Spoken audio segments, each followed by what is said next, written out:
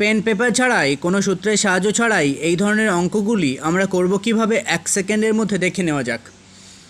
এখানে একটা অঙ্ক রয়েছে 25, 27, 29, 31, 33।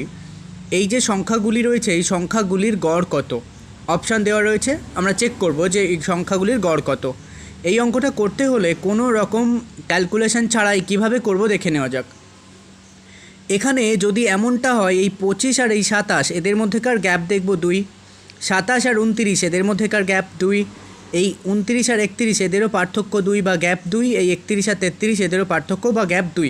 যদি সবার সমান পার্থক্য হয় বা সবার সমান গ্যাপ হয় তাহলে মাঝখানে যে সংখ্যাটা থাকে সেটাই হয় ওই সংখ্যাগুলির গড়।